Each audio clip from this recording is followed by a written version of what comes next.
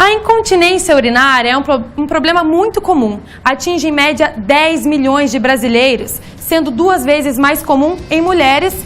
E a perda desse controle da bexiga, ele pode ser algo também constrangedor. Em alguns casos, a pessoa não consegue segurar a urina ao fazer um simples esforço, como tossir ou espirrar.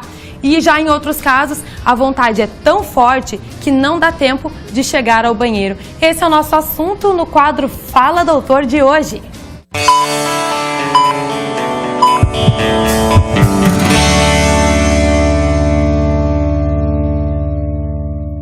Gente, para falar mais sobre esse assunto, eu estou aqui hoje com a doutora Suzana Tomazini. Boa tarde, doutora. Boa tarde. Muito obrigada pela sua presença. Eu que agradeço pela oportunidade de mais uma vez estar aqui falando desse assunto tão relevante para a grande maioria das pessoas. E tão comum, né? A gente não imagina, doutora, que é tão comum assim. E olha só, ele acomete mais pessoas de que idade? A gente pode dizer a incontinência urinária é mais idoso? Olha, acreditava-se que sim, porém, com as atuais, as pessoas agora, as mulheres estão indo bastante para a academia. E a academia, muitas vezes, requer esforço, e esse esforço acaba aumentando a pressão intraabdominal. E esse aumento de pressão acaba sobrecarregando bastante o assoalho pélvico.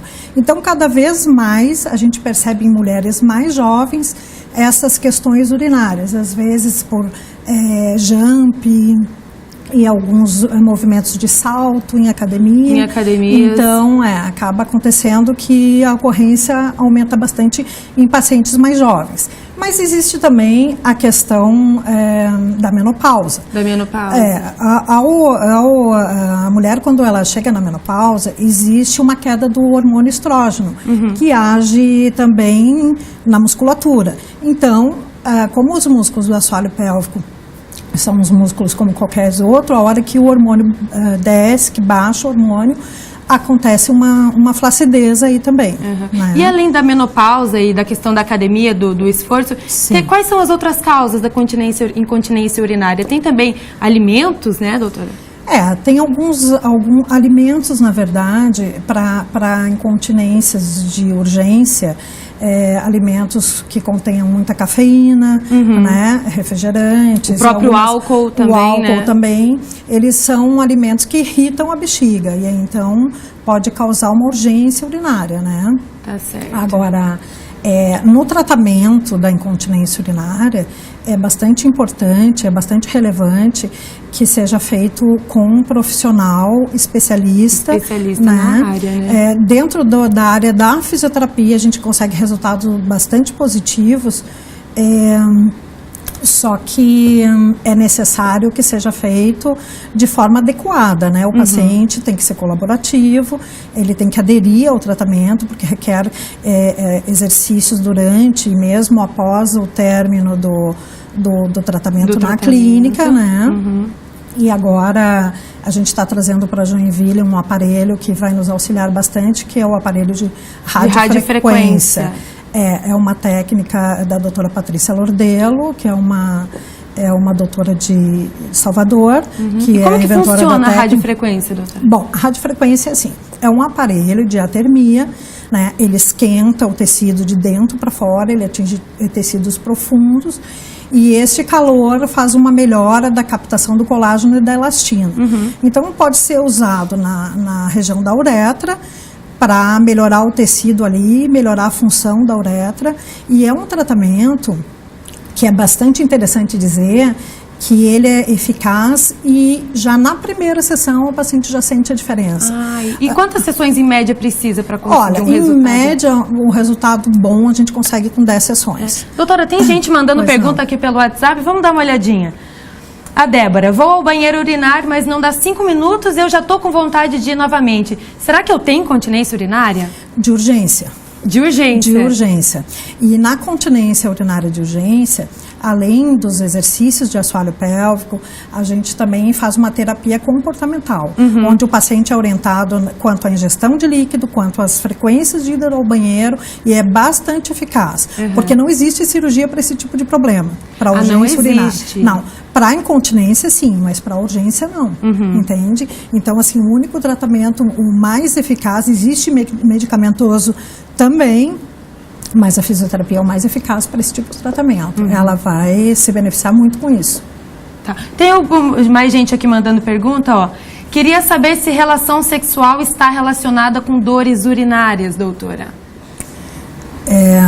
Bom, as dores urinárias podem ser uma infecção urinária. Então, primeiro tem que se investigar se não há nenhuma infecção e se a paciente tem dor durante a relação, aí seria uma dispareunia, e esse aparelho de radiofrequência ele seria muito indicado porque ele gera um calor. Dependendo do grau que a gente aplica, a gente consegue fazer um relaxamento, melhorar ou até 38 graus a gente consegue fazer um relaxamento. De 39 graus a 41 a gente melhora o colágeno e a elastina. Então tem pacientes, por exemplo, que têm disfunções pélvicas e a gente entra com a radiofrequência. Mas tem pacientes também que ela tem um desconforto por questões de flacidez da genitália e esse aparelho com 5 sessões a gente consegue um resultado maravilhoso para esse tipo de acometimento. Legal. Tem mais uma perguntinha aqui, vamos dar uma olhadinha? Pois não. Tenho incontinência urinária, fui operada, mas não resolveu. O que eu faço? Fisioterapia pélvica. Fisioterapia pélvica. Tem muitos pacientes, exatamente, tem muitos pacientes, eu, por exemplo, já tive pacientes que já fizeram 3 cirurgias. Mas quando a questão é dos músculos do assoalho pélvico, a cirurgia, eles colocam um sling, ele dá um suporte para a bexiga, mas nem sempre é eficaz. Muitas pacientes acabam tendo recidivas. Eu tive uma paciente que teve a primeira recidiva com 10 anos, a segunda recidiva com 5 anos e a terceira recidiva com 1 ano e meio. Após 1 ano e meio de cirurgia, ela já voltou a perder. Entende? Então, realmente, a fisioterapia pélvica é eficaz. Entende? Só que é como eu disse, vai depender também da adesão do paciente ao tratamento. Cada um tem um organismo que pode reagir que a sequência dos exercícios que são ensinados vai ter que ser dada, entende? Durante o tratamento fisioterápico, a gente passa os exercícios e esses exercícios têm que ser dado a sequência, porque se não acontecer, aí realmente o resultado fica comprometido. Agora, doutora, a gente sabe que a incontinência urinária ela é um problema que pode até causar constrangimento para as pessoas, né? Refletindo isso na vida social delas. Justamente, reflete mesmo. Tem senhoras que muitas vezes deixam de ir à igreja, porque também a gente fala de disfunções pélvicas como incontinência urinária, mas existe incontinência fecal também. Quando os músculos do assoalho pélvico estão muito comprometidos, eles podem ocasionar tanto a incontinência urinária como a fecal, né?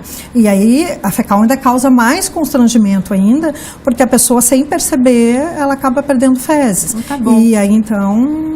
Ótimo, doutora. Tem mais uma perguntinha aqui pra gente finalizar. Aline, tomo mais de 2 litros de água por dia, mas não urino. O que eu posso fazer?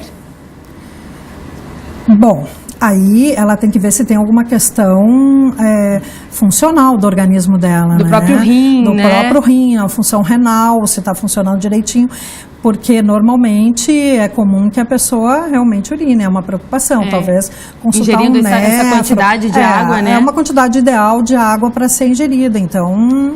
Tá certo, então. Doutora, muito obrigada pela sua presença. Eu que agradeço mais uma vez a oportunidade de explicar para o teu público, né? E qualquer dúvida, pode entrar em contato comigo que eu venho... Tá certo, então.